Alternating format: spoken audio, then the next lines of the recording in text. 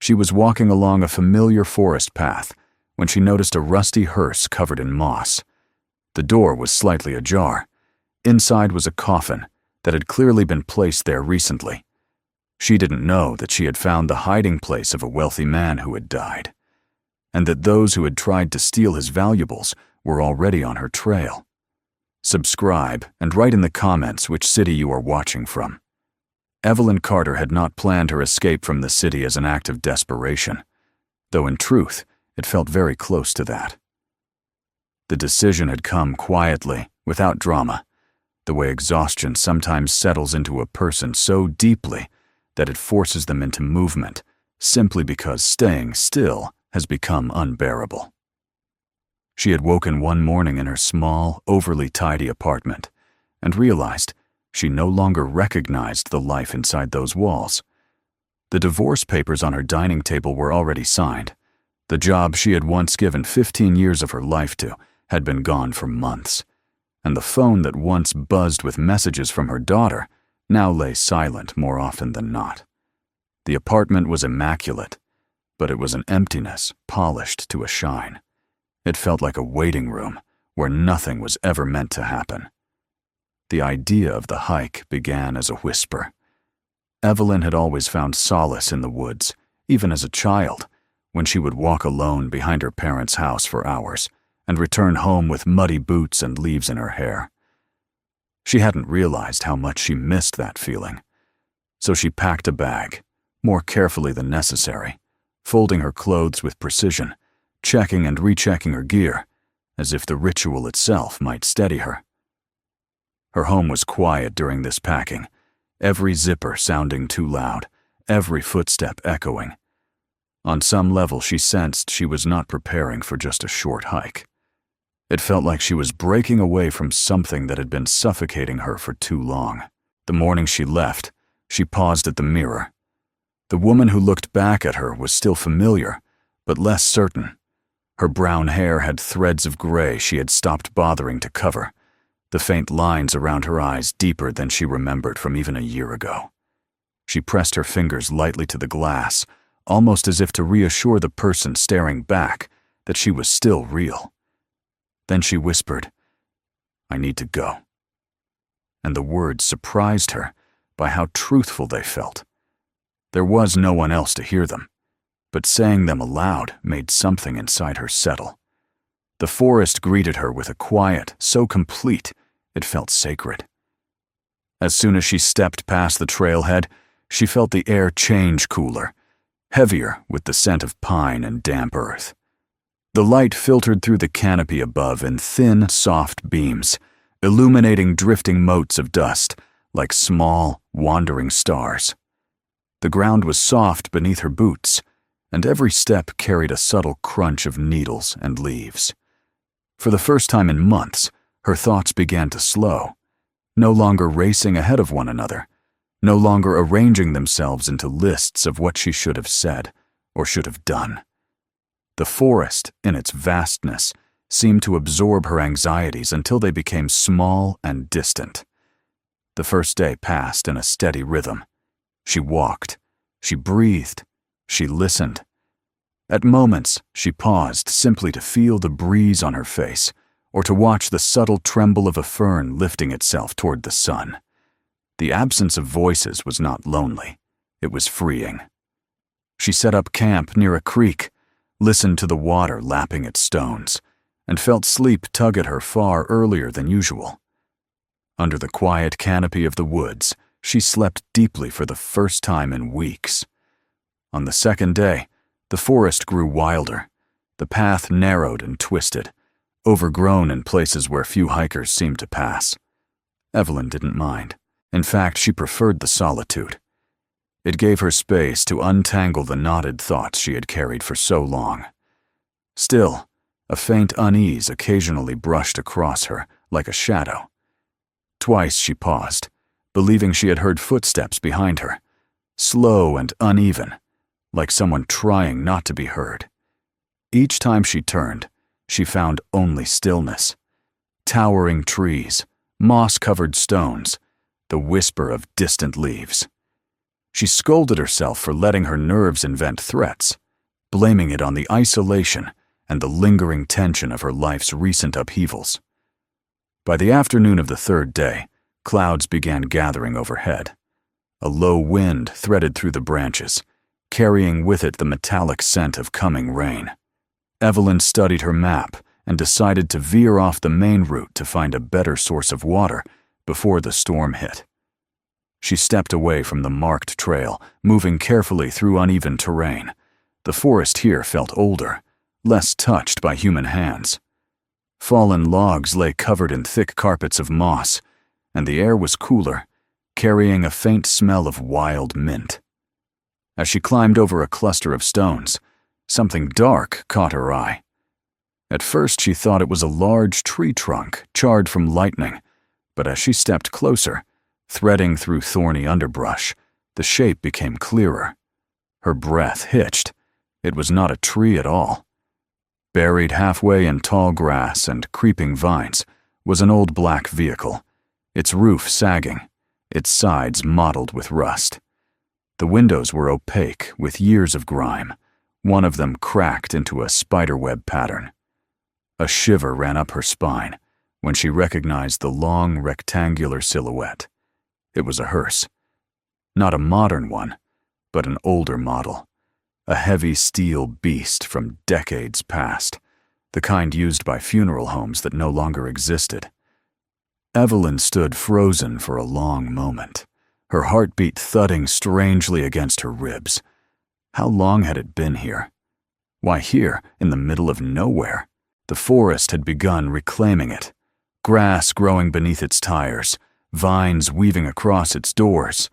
But something about it felt wrong. Wrong in a way she could not immediately explain. She approached slowly, each step deliberate, senses sharpened. Up close, the details told conflicting stories. The exterior was ancient, as though abandoned for years, but one of the doors on the passenger side was slightly ajar. Not broken, not rust-welded shut like she would expect from a car left outdoors for decades. Just left open, as if someone had stepped out recently. Her gaze drifted toward the ground. There were faint impressions in the soil, boots perhaps, though softened by time or rain. Fresh enough to notice, old enough to be unclear. A wave of unease swept through her. She reached for the door and hesitated. Logic told her to walk away. Curiosity refused to let her. Something inside her insisted she had stumbled onto something hidden, something that was never meant to be found by a lone hiker wandering through the woods. Her fingers curled around the cold metal handle, and the door creaked open with a protesting groan. The first thing she noticed was the smell cleaner. Not the musty, molding scent she expected from a long-abandoned car, but the faint, sharp aroma of disinfectant mixed with the woody scent of polished lacquer. The interior was shockingly clean, unrealistically so. The dashboard was battered and old, with wires exposed and dust clinging to the cracks, but the back compartment, the one built to carry coffins, was spotless, as if someone had wiped it down recently. And there, occupying most of the space in the rear, was a coffin. Her chest tightened. The coffin was new. It gleamed with a rich black sheen, its silver handles gleaming faintly even in the muted forest light. She stepped closer, pulse pounding in her ears. The straps around the coffin were taut, clean, modern. Nothing about it matched the decrepit state of the car. Evelyn swallowed. She knew she should leave, but some deep instinct curiosity mixed strangely with dread pushed her forward. The lid of the coffin was closed, but not locked. Her fingers hovered above the smooth surface. She imagined the absurdity of someone stumbling upon her body if this curiosity killed her, and yet that didn't stop her. With a trembling breath, she pressed her palms against the lid and pushed it upward. The coffin was empty, but not untouched. The velvet lining bore small indentations, as if something heavy had once rested there. A small piece of fabric lay crumpled near the foot, the remnants of what might have been a pouch or bag. And scattered across the fabric were coins. Old coins. Gold gleamed faintly beneath a thin layer of dust. Evelyn's mind raced. These were not modern. They looked antique, historic even. Her hand moved almost involuntarily, fingertips brushing one of the coins. It was cold, etched with symbols she didn't recognize. She lifted it into the light, turning it slowly. The weight was unmistakable. Gold. Her breath grew unsteady. She scanned the coffin again, and that was when she noticed it. A small seam in the wood near the upper edge of the lining, almost hidden, almost perfect. Her pulse quickened. She pressed her thumb against it. The panel shifted only a little, but enough to prove it wasn't part of the original design. A hidden compartment. The air around her seemed to thicken. She pushed the panel fully aside, and the breath was knocked from her chest. Inside the compartment was a trove of valuables, jewelry from another era, brooches set with rubies, delicate rings studded with emeralds, a pair of antique gold watches, each engraved with intricate patterns, silver bars wrapped in protective cloth, a collection of miniature paintings, their colors still vibrant despite their age. Each item could have belonged to a museum, not a forgotten coffin in a forest.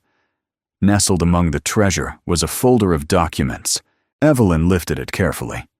Inside were certificates of authenticity, estate papers, handwritten notes of purchases made decades earlier, and newspaper clippings.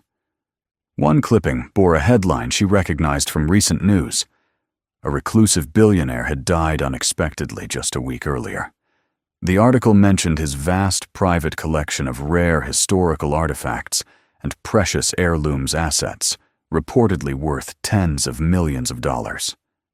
Assets that, according to the article, were now in legal limbo as the man had no direct heirs. Evelyn felt a chill crawl across her skin. Someone had stolen part of the billionaire's collection, and they had hidden it in a coffin inside a hearse buried in the woods. The sound of a twig snapping jolted her so violently she nearly dropped the folder. Her eyes shot toward the trees. She froze, breath locked in her throat. The forest had shifted again, not the calm silence from earlier, but something alert, listening. She crouched low, heart pounding painfully. Voices drifted through the trees, male voices, low, sharp, tense. Was the door open before? Don't know. Could have been wind. The wind doesn't open doors. Her blood turned to ice. We need to check the coffin. Panic surged up her spine. She lowered herself onto the ground and crawled beneath the hearse just as footsteps approached. From her hiding spot, she saw 2 pairs of boots moving through the grass, stopping inches from the car. One of the men cursed under his breath. The other sniffed the air. Someone's been here. Her pulse hammered so loudly she feared they would hear it. She pressed her face into the dirt, forcing herself to stay silent. "Find them," one of the men said. "If they took photos, we're done." She felt the blood drain from her face. Done. That could only mean one thing. Whoever these men were, whatever scheme they were part of, they couldn't risk exposure. And someone who couldn't risk exposure wouldn't hesitate to silence a witness. Once the men moved away to follow her trail, Evelyn slid out from beneath the hearse, grabbed her pack with trembling hands, and fled into the forest, branches whipping against her face, roots threatening to trip her. She didn't dare look back. She didn't dare stop. She only knew one thing with absolute certainty as she plunged deeper into the trees. She had discovered something she was never meant to find. And now, someone was coming to find her. Evelyn ran long after her lungs began to burn, long after her legs felt heavy and uncoordinated beneath her. The forest around her had dissolved into a blur of green and shadow, branches clawing at her sleeves as if trying to slow her down. She didn't dare stop, until the voices behind her faded completely. When she finally pressed herself against the trunk of an ancient pine to catch her breath, she felt as though the entire forest pulsed with the frantic rhythm of her heart. The air smelled of sap and damp earth, grounding her just enough to keep her from collapsing. For a while she simply stood there, pressed to the rough bark, forcing herself to breathe slowly, deeply, quietly. Her pulse throbbed painfully in her neck.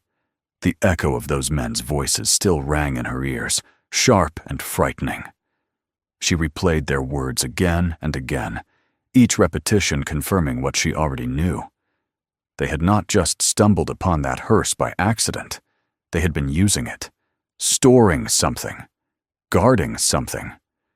Something worth a staggering amount of money enough that the discovery of her presence had thrown them instantly into panic. The thought that they were now looking for her made her stomach twist. In an instant, the quiet sanctuary of the woods had become a trap of shadowed paths and unseen dangers. Every rustle of leaves felt like footsteps. Every shifting of branches felt like an approach. She closed her eyes, gripping the bark as though it might anchor her to something safe. But safety felt impossibly far away. She forced herself to think clearly. She needed distance. She needed to make her trail harder to follow.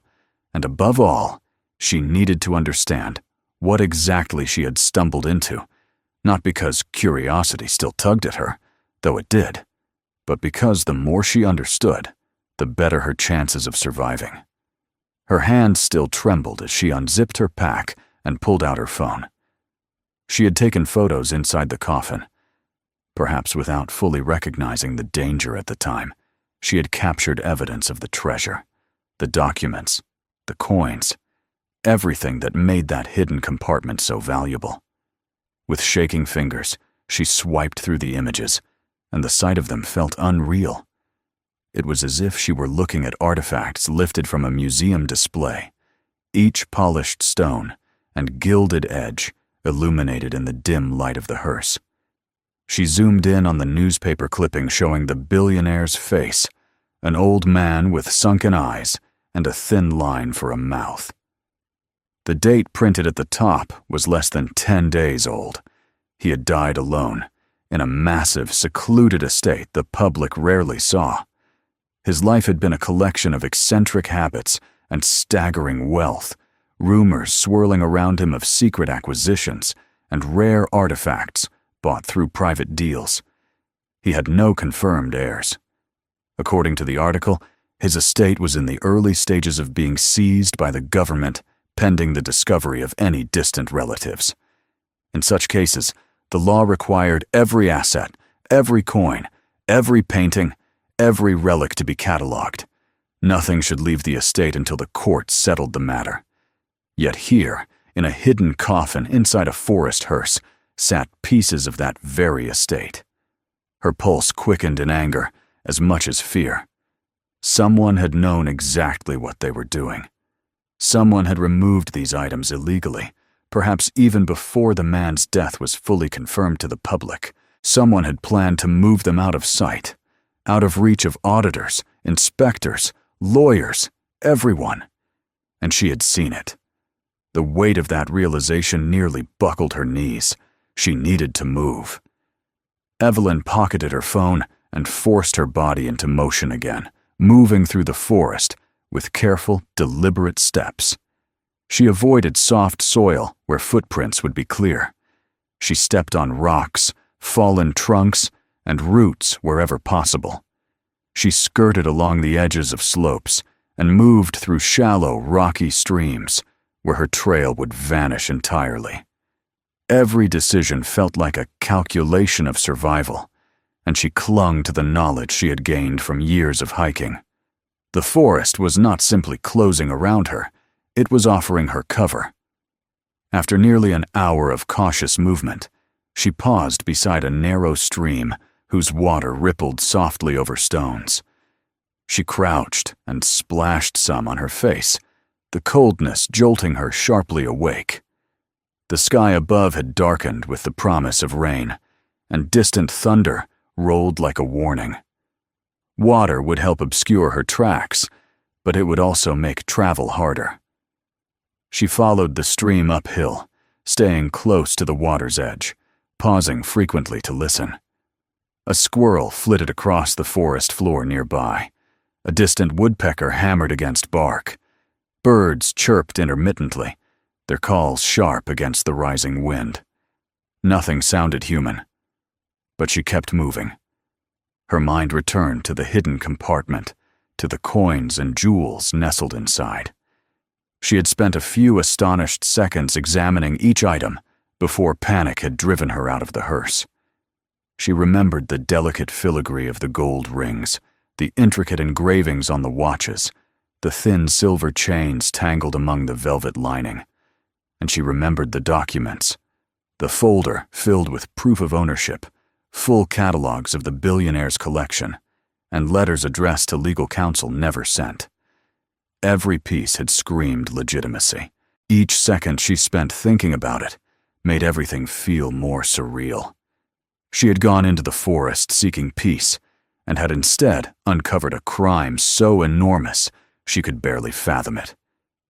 She wondered who the men were: employees, thieves, someone hired by the estate's insiders. Their voices had not sounded calm or professional. They had sounded scared, desperate, and desperate men could be unpredictable. The stream led her into a denser area of the woods, where the trees grew closer together and the underbrush thickened. Evelyn's steps slowed as she carefully maneuvered through the greenery. Branches tugged at her backpack, and low-hanging limbs brushed her shoulders. She paused again, straining to listen above the wind. A faint murmur drifted across the trees. Her breath caught. She turned, trying to pinpoint the direction. It was distant, but not distant enough. The sound faded, then returned, a low, indistinct hum that rose and fell like 2 or 3 voices, talking just out of reach. The men had not given up. Fear surged through her chest again, gripping her like a vice. She backed away from the sound and hurried deeper into the trees. But as she crossed a fallen log, she misjudged the height and landed awkwardly. Pain shot up her ankle, sharp and sudden. She winced and gritted her teeth, refusing to cry out. Her ankle didn't feel broken, but it throbbed with every step. Panic fluttered in her chest. An injury now would be disastrous. She forced herself onward, limping slightly but determined not to slow down. The forest was becoming more chaotic with the incoming storm gusts of wind, rattled branches, and the first droplets of rain began tapping against leaves like fingers drumming a warning. The air felt electrically charged, heavy with anticipation. She found a slope ahead, steep but navigable, and decided to climb. Higher ground would give her an advantage, a vantage point to assess the terrain. Digging her boots into the soft earth, she pulled herself upward, grabbing roots and branches for support. Her injured ankle flared with pain, but she ignored it, pushing herself until she finally reached a flattened outcropping of rock. From there, she looked down at the forest below, scanning for movement. At first, she saw nothing but trembling foliage and waving tree limbs. Then, between 2 distant pines, she caught a flash of dark fabric. Someone moving. Then another movement. 2 figures. Slowly making their way through the woods in her direction. Her breath shuddered. They had found her trail despite her precautions. She needed to be smarter. The rain intensified, pattering steadily now. She crouched low, gripping her backpack straps tightly. She could use the storm to her advantage. Water would wash away what tracks remained. Noise would mask her movement. Darkness would give her time. She took a deep breath, letting the cold air settle the rising panic. She descended the far side of the slope and eased herself into a shallow ravine lined with thick ferns. The ravine curved sharply, creating a natural corridor through the woods. It was risky. If she were discovered, There would be fewer escape routes, but it was also a place where sound and visibility would be muffled by the terrain. She moved carefully, each step deliberate. The ravine eventually opened into a clearing dominated by a massive spruce tree whose roots rose from the earth like a network of knotted veins. Beneath its largest root was a hollow space, dark, dry, shielded from the rain. Evelyn hesitated, then crawled beneath the root, tucking herself into the cramped shelter. The earth was cool beneath her palms. She steadied her breathing, listening through the patter of rain and wind. Minutes stretched painfully. She could hear nothing but the storm. Then, faintly through the curtain of water, the sound of footsteps swelled again. Harsh voices broke through the rain. She came this way. She's hurt. Tracks show she's favoring the right foot. A spike of dread shot through her. They were close, far too close. She pressed herself deeper into the hollow, holding her breath. Leaves rustled overhead as the men moved into the clearing. Their boots squelched in the wet earth. One of them paused directly above her hiding place. "She's smart," he said. "But not enough." Evelyn's fingers curled into fists, nails pressing sharply into her palms. She inched further back into the hollow, feeling the cold earth against her spine. "If she's got photos," the second man growled, "we can't let her leave this forest." The storm thundered overhead. Lightning flashed between trees, and the rumble that followed seemed to shake the ground. The two men stood there a moment longer before one of them muttered, "Split up. We'll circle around." Their footsteps faded gradually until only the storm remained. Evelyn waited, letting minutes drip by like melting ice. When she finally crawled out from beneath the root, her limbs were stiff, her breath unsteady. The clearing was empty, but she knew it wouldn't remain that way for long. She needed to move before they doubled back.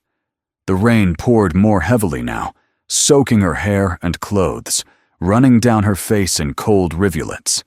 She welcomed it. It would hide her. She limped toward the densest part of the forest, where the shadows clung thick and low. The pain in her ankle thudded with every step, but she pushed through it, fueled now by determination as much as fear. The forest path slanted downward until she reached a narrow gorge. A shallow stream ran along the bottom, swirling with rainwater. She followed it, stepping directly into the water with a grimace. The cold bit into her skin, but her footprints disappeared instantly. She waded along the stream until she reached a fork where two boulders formed a natural barrier. Behind those boulders lay a dark recess, half cave, half shelter. She squeezed inside, grateful for the cover. She sank to the ground, shivering but alive, listening to the sound of rain pounding against stone. Her mind wandered back to the hearse, the coins, the documents. She replayed each detail, trying to make sense of the men's conversation. The way they spoke suggested they were not masterminds. They were workers, people following orders, possibly hired by someone with access to the billionaire's estate. That meant their operation was organized, planned, and dangerous. But it also meant she had leverage. She had evidence. She took out her phone again, shielding its glow with her hand. The signal bar was empty, unsurprising, given the depth of the forest. But it didn't matter. If she reached higher ground, she might get a connection. Or she could wait until rescue teams searched for her. But she couldn't rely on luck. She needed to get out. Rain continued beating against the rocks, and thunder echoed across the hills. Evelyn leaned her head back and closed her eyes.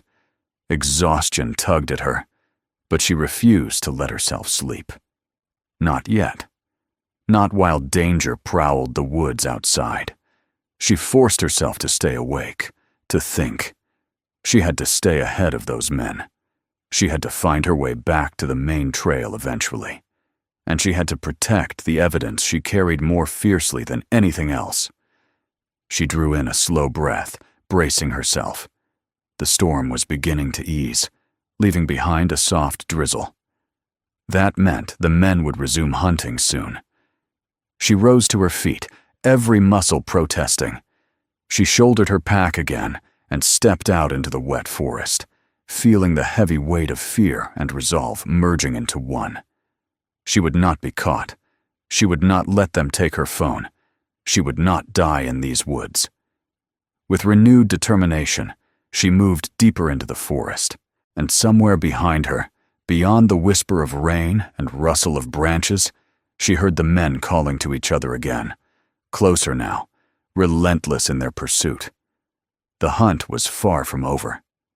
The forest had changed its character by the time Evelyn pushed through another curtain of rain-damp branches and found herself on a narrow ridge overlooking the deeper valley ahead.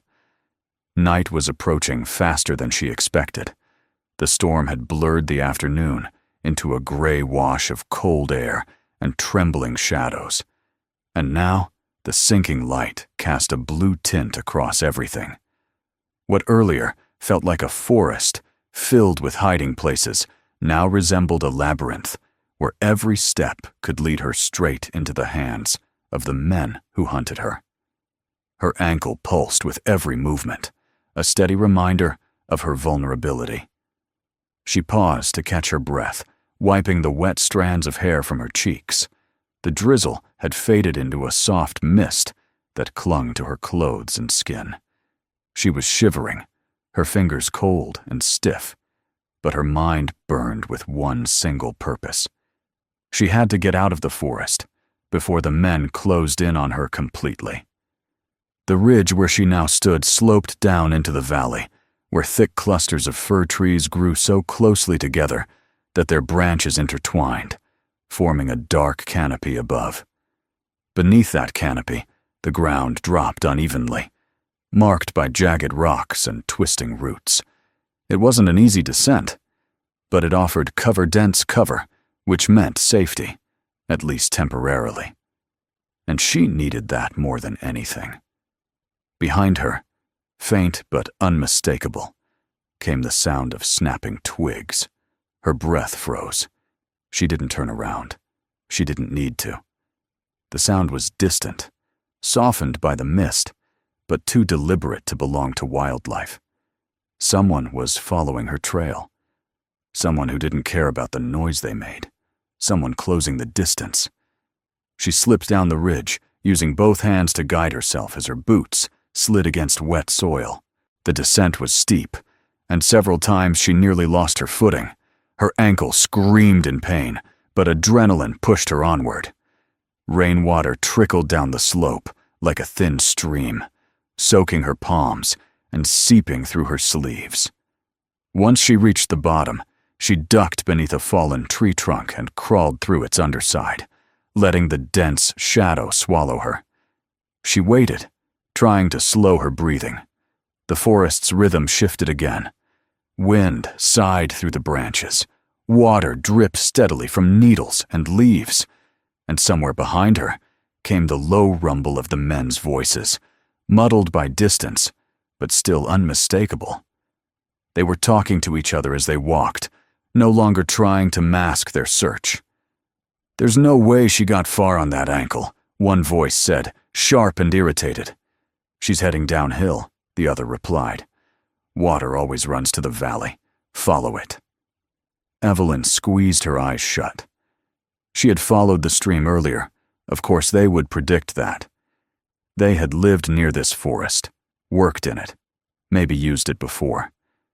They knew the terrain better than she did. Her only advantage was unpredictability, and she needed to use it now. She crawled further through the undergrowth until she emerged behind a curtain of ferns that reached nearly to her shoulders. Here, the forest ground dipped into a gentler slope, winding deeper into shadow. She rose slowly and continued forward, careful to step only on stones or thick roots. Every soft patch of mud she avoided was one less track left behind. The forest canopy thickened overhead until the sky disappeared entirely. Darkness settled around her like a blanket, broken only by slivers of dying daylight filtering between branches. Her breathing steadied slightly, though her heart continued to thrum with fear. She would not survive the night if she didn't find a place to rest, hide, and plan her escape. She couldn't keep moving forever, not with her ankle and exhaustion dragging at her. She needed shelter, safety, a moment to think. And then, through the dense screen of trees, she saw it. A structure. At first, she thought it was just a large boulder or fallen tree, but as she crept closer, stepping gingerly over roots and broken branches, the shape sharpened into something unmistakable. A cabin, small, old, and battered by weather. Its wooden walls were warped by time, its roof sagging slightly beneath thick moss. But it was shelter. Evelyn's breath hitched. She scanned the clearing around it. No tracks, no signs of recent habitation. The air around it was still, untouched, except for the ferns that swayed softly in the breeze. It looked abandoned, forgotten. Quietly, she crossed the clearing. The cabin's door was crooked on its hinges, gaps visible where the wood had warped apart. She pushed it with her fingertips, and it gave way with a soft groan. Inside, the cabin was dim and musty. A mix of old wood, dust, and faint mildew filled the air. Faded light seeped through the cracks between boards, revealing a single room with a decaying table, a broken chair, and the remnants of a small stove rusted through with holes. A narrow cot sat in one corner, the mattress collapsed inward, stuffing spilling out like pale weeds. It wasn't comfortable, it wasn't safe, but it was shelter. Evelyn stepped inside and closed the door behind her as gently as she could. The wind rattled the beams overhead, and loose droplets of water dripped rhythmically from the leaky roof. She set her backpack down and leaned her weight against the wall, exhaling shakily. For the first time since fleeing the hearse, she let the reality of her situation wash over her completely. Her hands trembled violently. Her ankle throbbed. Her breath came uneven and shallow. She pressed her palms to her eyes, fighting back tears she refused to let fall. She had stumbled into a crime bigger than she could have imagined. The men weren't protecting the forest. They weren't storing stolen items casually. They were part of something organized, deliberate, and dangerous. They had taken treasures belonging to a dead billionaire, a man with no heirs, whose death had already sparked legal disputes and media coverage. Someone high up must have known that if certain items disappeared before the government cataloged them, no one would ever notice. Not until it was too late. And she had found their transport. "Think," she whispered to herself. "Think." The photos on her phone were her only weapon, her only proof. Without them, she would be just another missing hiker who vanished without a trace. But with them, she had leverage. If she could reach civilization, if she could escape the forest, if the men didn't find her first. She dragged one of the wooden crates that lay near the door toward a wall, then stacked another on top of it, creating a makeshift barrier between herself and the entrance. It wouldn't stop anyone determined, but it would give her a few seconds of warning. The cabin creaked under the weight of the storm fading outside. Evelyn moved toward the small window, pushing aside the warped shutter just enough to peer outside. The clearing was still empty. The forest loomed silently, branches swaying. She held her breath, listening. At first there was nothing but the wind. Then, faintly, footsteps again. Voices. Closer. She jerked back from the window, heart pounding. They were searching the valley methodically. They would reach this clearing eventually. The cabin would not protect her for long. She crouched beside the cot, trying to remain still. Her mind raced. They weren't giving up. They were motivated by fear. Not fear of her, but fear of the consequences of being exposed. Whoever was behind this operation would punish failure brutally. These men were not chasing her out of loyalty. They were chasing her out of desperation. The voices drew nearer, muffled by trees, but approaching steadily. She could distinguish words now. "Check the ridge again." "She can't be far." The rain slowed her down. Another voice, harsher. "If she gets out, we're dead." Thunder rumbled in the distance, though the storm had mostly moved on.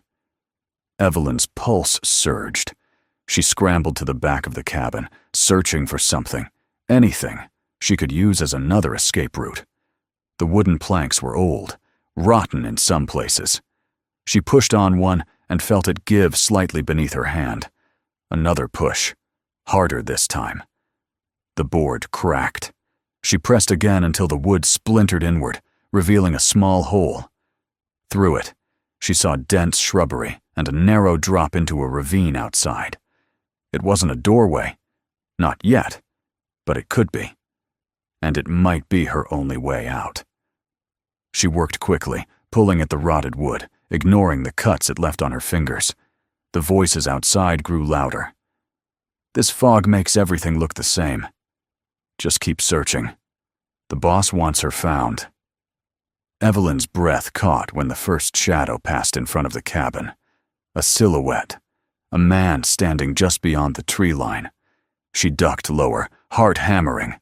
The man hesitated, scanning the clearing. He was only a few steps from the cabin now. If he looked closely, if he stepped closer. Another voice called out from deeper in the woods, and the man turned away reluctantly. He moved toward the sound, calling back, "I'm checking this side." Evelyn exhaled shakily. She widened the hole in the wall until it was large enough for her to fit through barely. She shoved her pack ahead of her, then crawled after it, scraping her knees against the rough wood. Once outside, she crouched low behind the brush and scanned the clearing. The cabin door had swung in slightly from wind. The men were too close to risk closing it. She slipped into the ravine and moved along its edge, letting the shadows swallow her completely. Her ankle screamed with every step, but she kept going, fueled now by pure survival. Branches whipped against her arms as she pushed deeper into the forest. She used the ravine like a hidden passageway, winding between stones and over fallen logs. Her breath came in sharp, shallow bursts, but she forced herself not to stop. Not yet. Not here. The forest finally widened into a stretch of land where the trees thinned enough for patches of fading twilight to peek through. Below, she saw something she hadn't expected. A road, or what once had been a road. Broken asphalt, reclaimed by roots and moss, stretched in a crooked line toward the distant hills. It was old, abandoned, but it was still a path out. Relief washed through her like a wave, but it was fragile and fleeting. She approached carefully, scanning the area.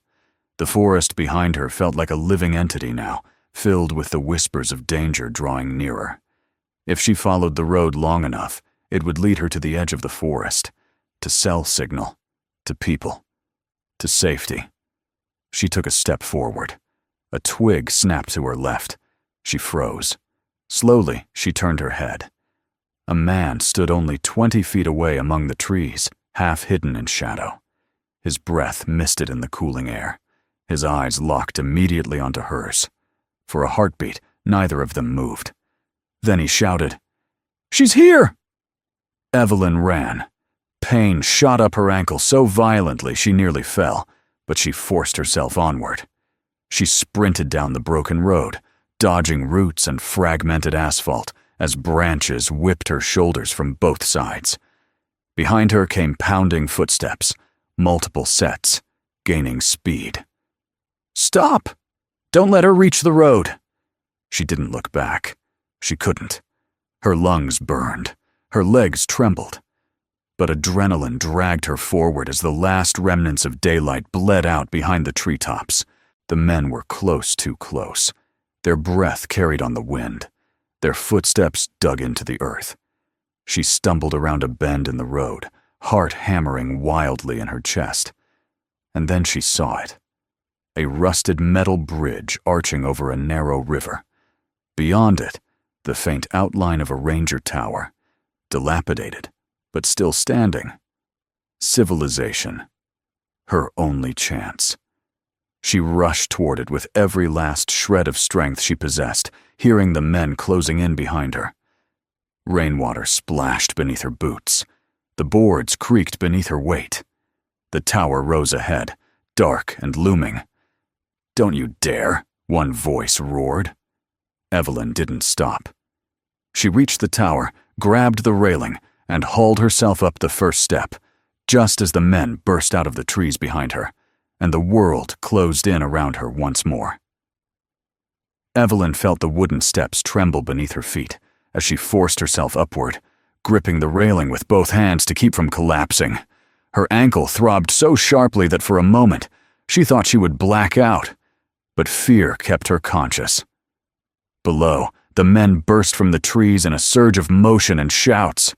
Their footsteps slapped against the wet boards of the bridge, echoing through the valley like drumbeats announcing the inevitable.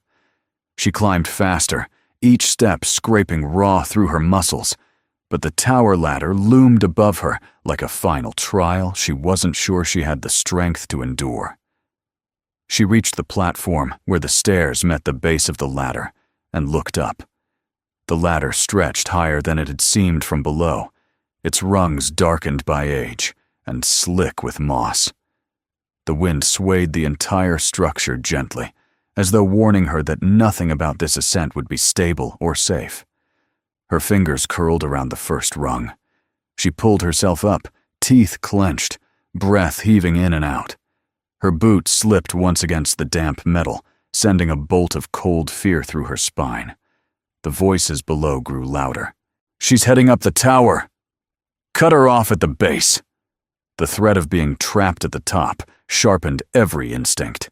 She climbed faster, ignoring the stabbing pain in her ankle, using mostly her arms to drag herself upward rung by rung. The tower groaned under her weight, or perhaps under the weight of the storm that gathered again at the horizon, rumbling softly like a distant predator. The sky had dimmed into a deep blue fading toward darkness. Her breath produced faint clouds in the cooling air. Halfway up the ladder, she dared a glance down.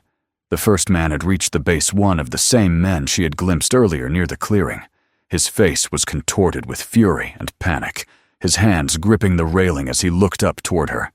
He shouted something she couldn't make out, but the tone was enough. Pure hostility. Pure desperation. Two others joined him moments later, scanning the tower, arguing briefly about something before one moved to the far side, perhaps searching for another way up. Evelyn forced her gaze upward again. She couldn't afford to look down. Fear would paralyze her. She had to move. Step. Pull. Step. Pull. Each motion sent fire up her injured ankle and tremors down her arms, but the top of the tower finally drew close. The small lookout room sat like a weathered crown on the structure, its windows cracked, its walls worn but intact enough to offer some kind of shelter.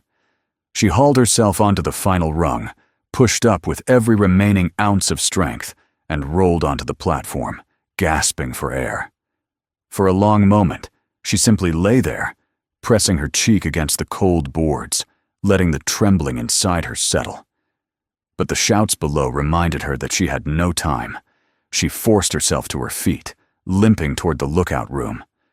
The door hung open, one hinge broken, the wood warped by years of storms. She stepped inside. The room was small, barely large enough for a table and a broken stool that lay overturned in the corner. Maps, long since destroyed by weather, clung in tatters to the walls. A rusted lantern sat on the floor near the window, its glass cracked. The air smelled faintly of damp wood and old dust, but the room provided something she desperately needed: a view. She approached the window that faced the forest, hoping for any sign of a ranger still using the old trails, any distant cabin light, any hope. But the forest stretched outward endlessly, a dark ocean of trees. The sky above was clearing slightly, revealing pale streaks of moonlight beginning to gather behind thinning clouds. Behind her, the tower shook. The men were climbing. She turned sharply, her pulse leaping. Through the open door, she could see the ladder swaying slightly from the weight of at least one person ascending it. The rungs creaked. The metal groaned. Their grunts and breaths carried upward. She backed away from the doorway, her mind racing. She had reached the top, but now what? There was no help coming, no weapon, no way out. Unless her eyes drifted toward the back corner of the room, where the wood floorboards were uneven. One board stuck slightly upward, as though something beneath had pushed against it. She limped over, crouched, and pulled on the loose plank. It lifted with surprising ease, revealing a small storage compartment beneath the floor. She grabbed the lantern from the ground, using its cracked glass to catch enough reflection to see inside. A metal box. It was old, rusted around the edges, but intact. The kind of box used decades earlier by rangers to store documents, flares, or emergency items. Her fingers trembled as she lifted it free. It was heavier than she expected. She set it on the table and forced the latch open with both hands. It snapped upward with a burst of dust. Inside lay 3 objects: an old signal flare, a folded cloth map, and a heavy-duty metal flashlight with a cracked lens. The flare could give her away or save her life. Below, someone shouted. Her heart pounded. "Move! She's at the top." "Don't let her signal anyone." She stared at the flare. If she lit it here, they would see her instantly. But someone else might see her too. Someone far enough to matter. The tower had once been used to survey vast stretches of the valley. If any ranger still used a distant cabin or checkpoint, a flare might be visible. She clutched the flare tightly. Her hands shook. She reached for the striker. The moment she scraped it, a sharp crack echoed through the tower. One of the men had reached the platform outside. His footsteps approached slowly, cautiously, the boards creaking beneath his weight. She ducked near the window, clutching the flare as though it were a lifeline. Her pulse raced. The man's shadow grew in the doorway. He stepped inside, breathing heavily, his eyes scanning the room. Rainwater dripped from his jacket. His boots left dark imprints on the floor. He didn't see her at first. She had crouched low behind the broken table, hidden by the angle of the window. She held her breath, her fingers tightening around the flare. Another voice called from below. "You see her?" "Not yet," the man grunted, stepping further in. His boot kicked the loose plank she had pulled up. He froze, glancing down. A spark of awareness lit in his expression. He turned sharply toward the table. She didn't think, she acted. She struck the flare with all the force she had left. The red flame burst to life with a violent hiss, flooding the room with crimson light. The man's eyes widened. He lunged toward her. Evelyn surged to her feet, holding the flare out between them. The flare's light cast wild shadows across the walls, turning the room into a flickering chamber of distorted shapes. The man shielded his eyes, cursing, momentarily disoriented. She shoved past him, using her shoulder and momentum to push him back. He stumbled against the doorframe, grabbing it to keep from falling. She gasped for breath, clutching the flare like a torch, and sprinted out onto the platform. Below, the others shouted in alarm. "She lit something! Get her!" The flare painted the entire tower in pulsing red, smoke swirling in the air. Evelyn reached the edge of the platform, looking down at the drop below. It was far too steep to survive, but she didn't need to jump. She needed to be seen. She raised the flare high above her head and waved it in wide arcs, the bright red glow cutting through the darkness. The valley below illuminated faintly with each swing, revealing the road, the ravine, and the distant hills, where moonlight now reflected off something metal? Glass? A cabin window. Her heart leapt as she realized what it was. A ranger's outpost, faint but visible, and the flare would be impossible to miss. A roar of fury rose from the men below. "She's signaling! Get up there now!" Footsteps thundered against the ladder. The tower shook again. Evelyn backed away from the edge just as the first man reached the top. She held the flare defensively, the smoke wrapping around her like a shield. The man stepped onto the platform, half blinded by the red light, his face twisted with rage. "You shouldn't have done that," he snarled. "But I did," she said, her voice trembling yet steady enough to hold. He moved toward her, but before he reached her, a powerful beam of white light cut through the trees below. The forest lit up. The men on the ladder froze, startled. Another beam appeared, then another. Voices echoed across the valley, amplified by radios. "State Forest Service, drop your weapons!" "Hands where we can see them!" The men panicked. One tried to run back down the ladder and nearly slipped. Another cursed and shouted orders. The man on the platform spun toward the forest in shock. Evelyn let the flare drop from her hand. The red glow dimmed as it hit the floor, rolling slightly before coming to rest near the railing. Her whole body trembled now, adrenaline surging through every limb as the men below finally understood what she had done. The lights grew brighter. Engines rumbled. Dozens of footsteps crashed through the undergrowth. The man on the platform looked at her again, but his expression had changed. The fury was gone, replaced now by fear. "It's over," Evelyn whispered. He took a step back, and then the tower platform flooded with white light as rangers surrounded the base, weapons drawn, voices commanding, shouting, demanding surrender. The men below were forced onto their knees, hands raised. A ranger shouted for someone to get to the top and secure the woman. Evelyn sagged against the railing, her strength finally draining from her body. The flare sputtered out at her feet, leaving only the cold glow of moonlight and the harsh beams of searchlights to illuminate the night. A ranger climbed the ladder swiftly and reached the platform, his expression shifting from focused tension to concern when he saw her condition. "Ma'am, stay where you are," he said. "You're safe now." Safe. The word washed over her like warm water.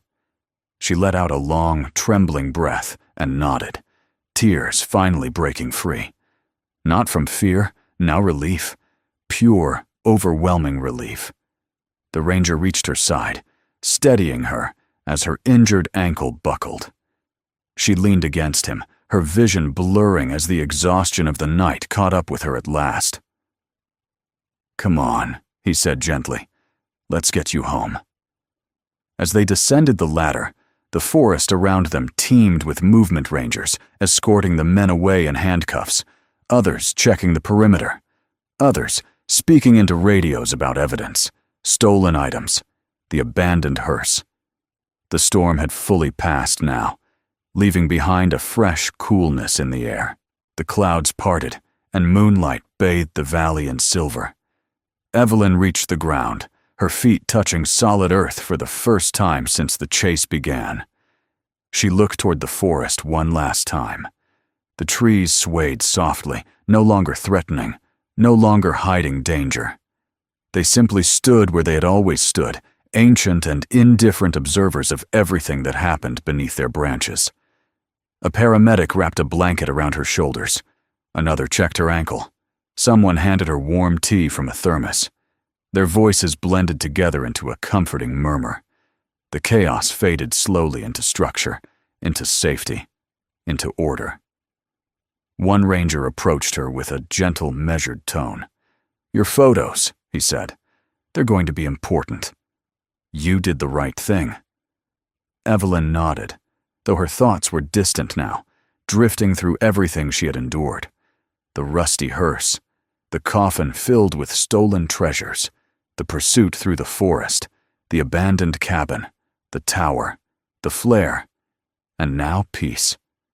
The ranger continued, "We'll take it from here."